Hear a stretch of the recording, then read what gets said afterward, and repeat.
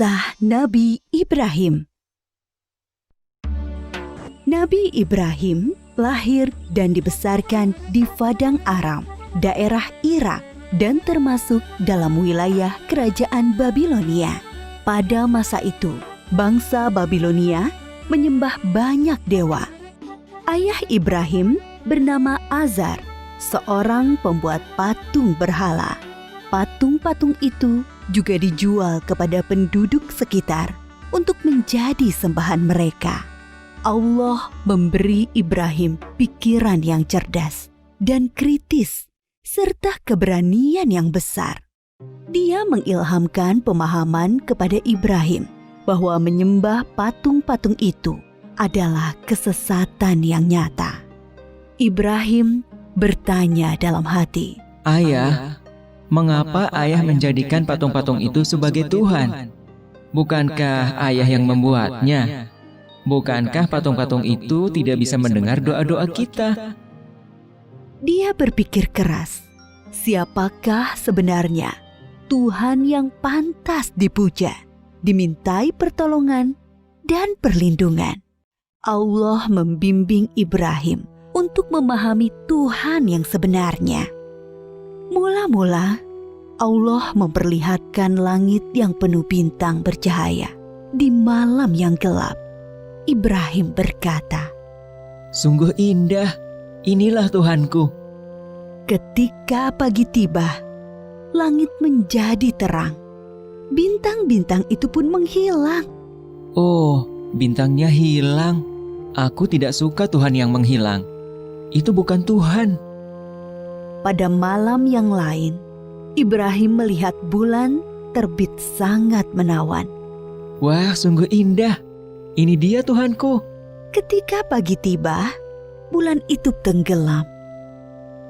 Ternyata yang ini juga tenggelam. Ini juga bukan Tuhan. Oh, manakah Tuhan yang sebenarnya? Kalau Dia tidak memberi petunjuk kepadaku, pasti aku juga sesat seperti kaumku. Di kesempatan lain, Ibrahim melihat matahari terbit. Sinarnya terang memukau. Ini dia Tuhanku, Dia yang paling besar. Tetapi di senja hari, matahari akhirnya tenggelam. Taulah dia, matahari pun bukan Tuhan. Wahai kaumku, aku tidak mau menyembah Tuhan-Tuhanmu itu. Aku ingin mengabdikan diriku pada pencipta semua ini. Dia berusaha membuka pikiran kaumnya atas kesesatan mereka selama ini. "Paman, patung-patung apa ini? Mengapa semua menyembahnya?" "Dari dulu leluhur kita menyembah Tuhan-Tuhan ini." "Iya benar, bapak-bapak kita pun menyembah semua ini." "Kalau begitu, kalian dan bapak-bapak kalian salah besar." "Hah? Kamu ini ngomong sungguh-sungguh atau bercanda?" "Sebenarnya Tuhan kita adalah pencipta langit dan bumi." Dasar anak muda ngelantur."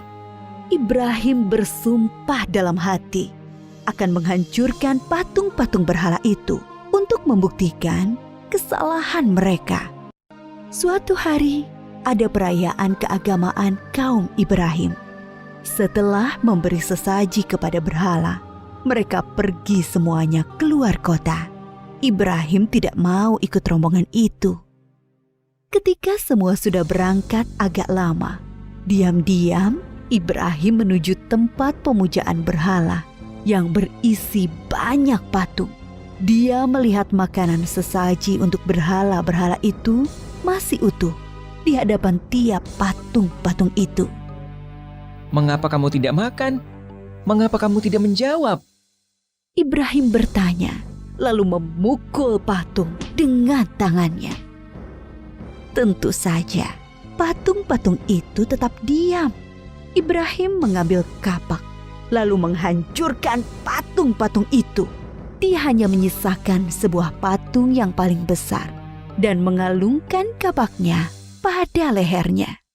Ketika kaumnya pulang dari luar kota, mereka melihat patung berhala mereka hancur. Sontak mereka berteriak, kaget, gempar seluruh kampung. Bergegas semua orang terutama para pemuka kaum, menuju tempat pemujaan berhala. Oh, siapa yang melakukan ini pada Tuhan-Tuhan kita? Kurang ajar! Kami dengar ada anak muda yang membenci Tuhan-Tuhan kita. Ibrahim namanya. Bawa ke sini anak itu. Maka Ibrahim digiring ke hadapan para pemuka kaumnya. Disaksikan halayak ramai. Apakah kamu yang menghancurkan Tuhan-Tuhan kita, Ibrahim? Yang menghancurkan patung-patung itu adalah patung yang besar ini. Bukankah dia membawa kapak? Tanya saja dia kalau bisa menjawab. Orang-orang yang mendengar jawaban Ibrahim pun tersadar.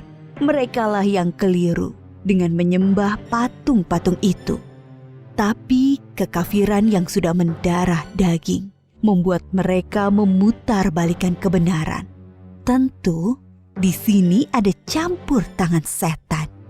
Kamu kan tahu, dia tidak bisa bicara, apalagi bergerak menghancurkan patung lain. Berarti kamulah yang melakukannya. Jadi, mengapa kalian menyembah patung yang tidak bisa berbuat apa-apa? Melindungi dirinya sendiri saja tidak bisa, apalagi melindungi kalian. Pemuka-pemuka kaum Ibrahim berunding untuk menghukumnya. Beberapa orang mengusulkan untuk membakar Ibrahim hidup-hidup. Maka penguasa waktu itu, Raja Namrud, memerintahkan untuk membuat bangunan tempat pembakaran Ibrahim di tengah lapang agar bisa disaksikan orang banyak. Ibrahim diikat lalu dilemparkan ke dalam api.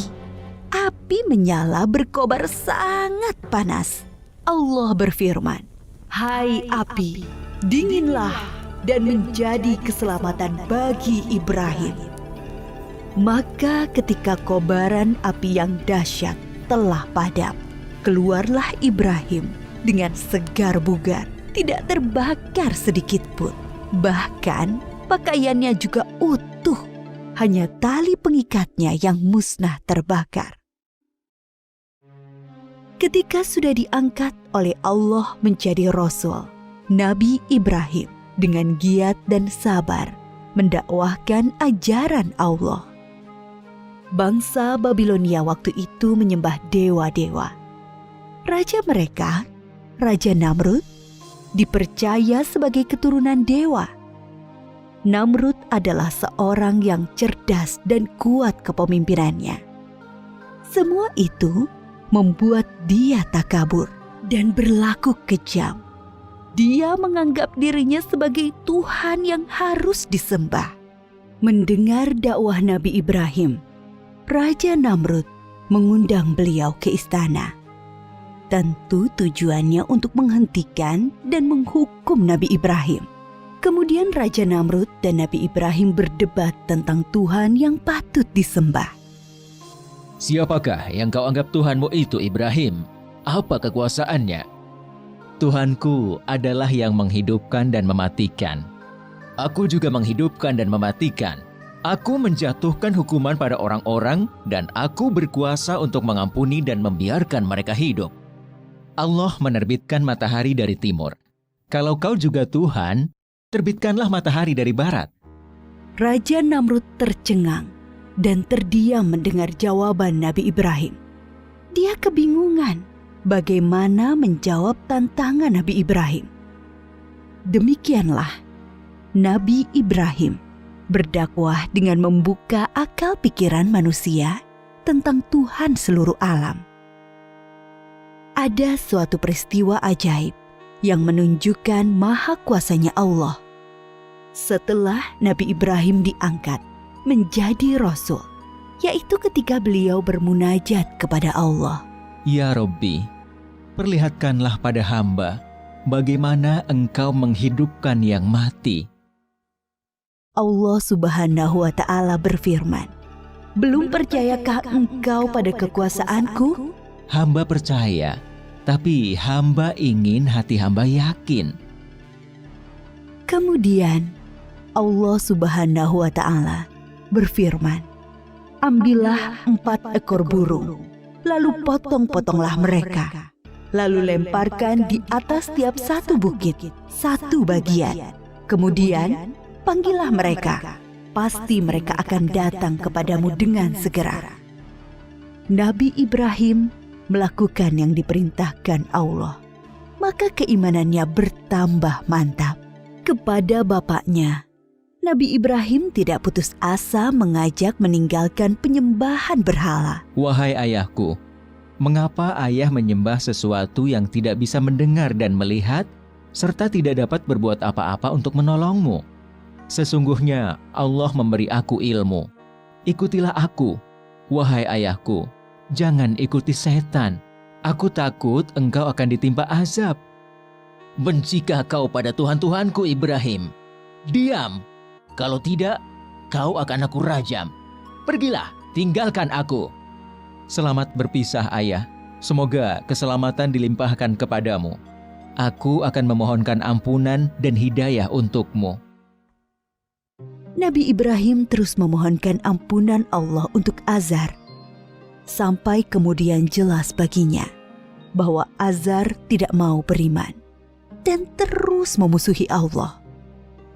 Allah melarang memohonkan ampunan bagi orang-orang kafir. Setelah terbukti tidak ada yang beriman di antara kaumnya selain Lut, keponakan beliau dan sanak sepupu beliau yang menjadi istri beliau, Nabi Ibrahim hijrah meninggalkan kampung halamannya di Irak. Atas perintah Allah, beliau menuju Palestina atau Syam bersama istri dan keluarga Lut. Di Palestina, Nabi Ibrahim terus berdakwah kepada penduduk setempat. Sambutan penduduk Palestina terhadap dakwah beliau kurang bagus. Akhirnya muncul paceklik dan wabah penyakit di sana. Atas perintah Allah, Nabi Ibrahim dan Nabi Lut berpisah.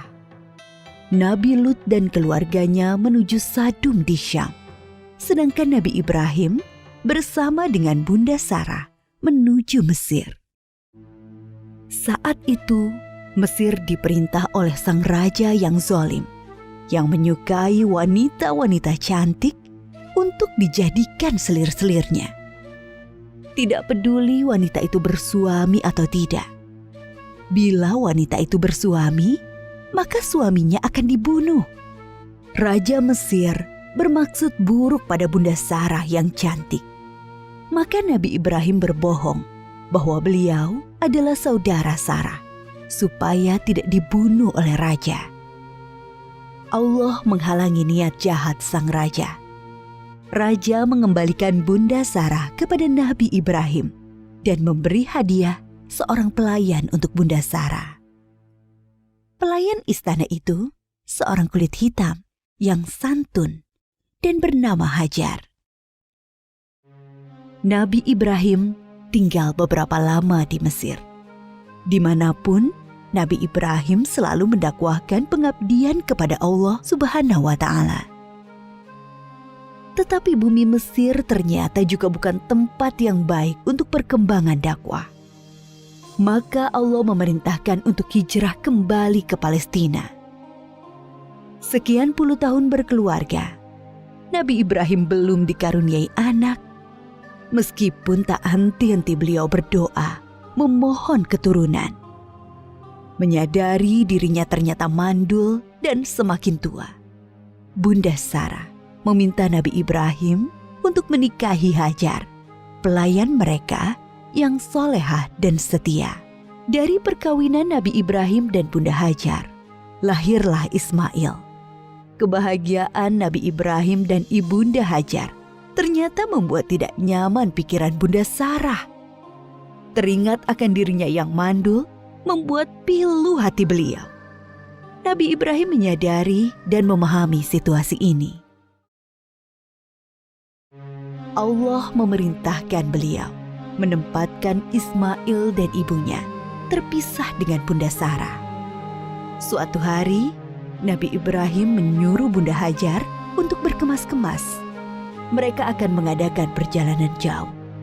Ismail yang masih menyusu pada ibunya tentu dibawa pula. Mereka melintasi rute yang panjang Dan akhirnya sampailah ke suatu tempat yang sangat gersang. Tidak ada pohon-pohonan tempat bernaung, udaranya pun panas. Yang ada hanyalah hamparan pasir dan bukit-bukit berbatu. Nabi Ibrahim turun dari kendaraannya, kemudian menurunkan istri dan anaknya. Tanpa berkata apa-apa, beberapa saat kemudian beliau beranjak dan pergi meninggalkan keluarganya. Ibunda Hajar yang melihat keanehan ini segera berteriak memanggil, "Ibrahim, hendak kemana? Kenapa kau biarkan kami sendirian di sini?" Nabi Ibrahim tidak menjawab, hanya menunduk terus berjalan. "Ibrahim, apakah ini perintah Allah?" Iya. "Kalau begitu aku yakin Allah tidak akan membiarkan kami." Ibunda Hajar begitu sabar dan ridho pada keputusan Allah. Nabi Ibrahim sebenarnya tidak tega meninggalkan keluarganya di tempat terpencil dan gersang itu. Tetapi keyakinan akan kebenaran Allah dan kemurahan Allah menjadikan beliau mematuhi perintah yang sulit ini. Dengan berlinang air mata, beliau berdoa sebelum kembali ke Palestina. Tuhanku, aku telah menempatkan keluargaku di tempat gersang ini, di dekat rumah-Mu, Ka'bah. Mudah-mudahan mereka menegakkan sholat dan jadikanlah hati manusia senang kepada mereka. Dan berikanlah mereka rizki buah-buahan supaya mereka bersyukur.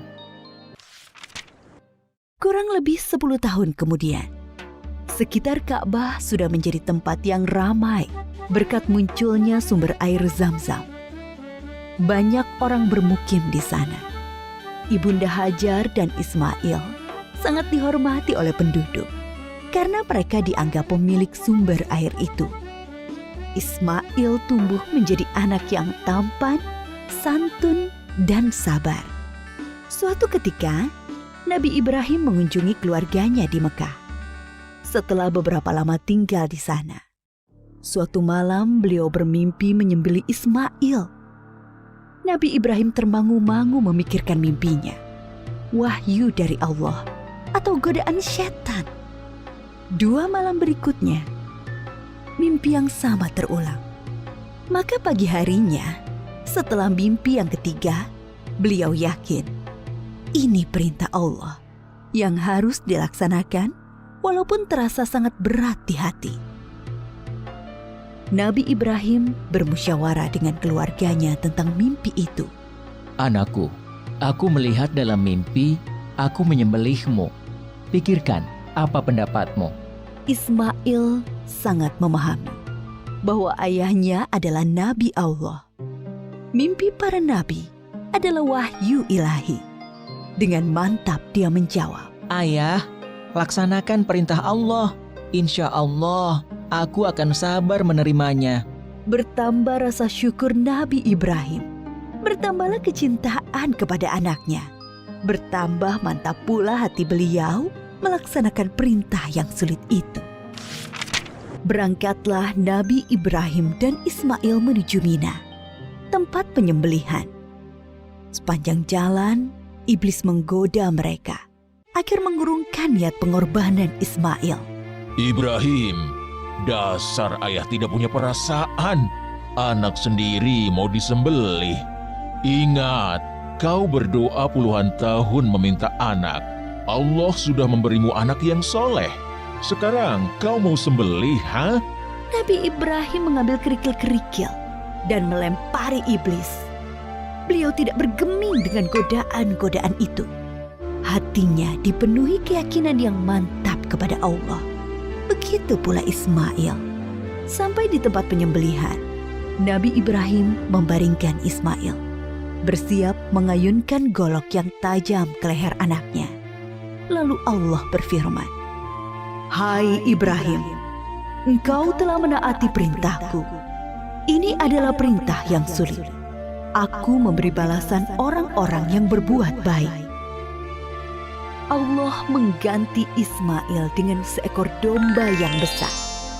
Itulah yang kemudian disembelih sebagai kurban, sedangkan Ismail tidak jadi disembelih.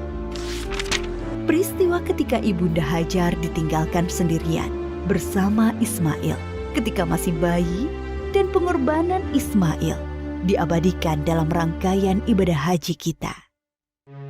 Peristiwa penting lain antara Nabi Ibrahim dan Ismail adalah ketika Allah memerintahkan mereka meninggikan bangunan Ka'bah. Pondasi Ka'bah sudah ada sebelum masa Nabi Ibrahim. Beliau dan Ismail hanyalah meninggikan temboknya. Ka'bah itu kemudian menjadi pusat ibadah sholat dan haji. Ketika tembok sudah tinggi, Nabi Ibrahim kesulitan membuatnya lebih tinggi lagi, di atas jangkauan tangannya. Maka beliau menjadikan sebuah batu sebagai pijakan kakinya. Pada batu pijakan itu membekas tapak kaki Nabi Ibrahim dan dinamakan Makom Ibrahim yang bisa disaksikan sampai saat ini. Ketika Ka'bah sudah jadi, Nabi Ibrahim berdoa untuk beliau dan Ismail dan anak keturunan mereka berdua. Antara lain, supaya diangkat Rasul dari keturunan mereka. Diangkatnya Muhammad SAW sebagai Rasulullah adalah jawaban atas doa Nabi Ibrahim. Nabi Muhammad SAW adalah keturunan Nabi Ismail. Suatu ketika, Nabi Ibrahim sedang berada di Palestina bersama Ibunda Sarah. Datanglah tamu asing, 3 orang laki-laki tampan yang tidak dikenal oleh Nabi Ibrahim. Nabi Ibrahim meminta Ibunda Sarah memasak sapi panggang untuk menjamu tamu-tamu itu. Nabi Ibrahim memang sangat menghormati tamu.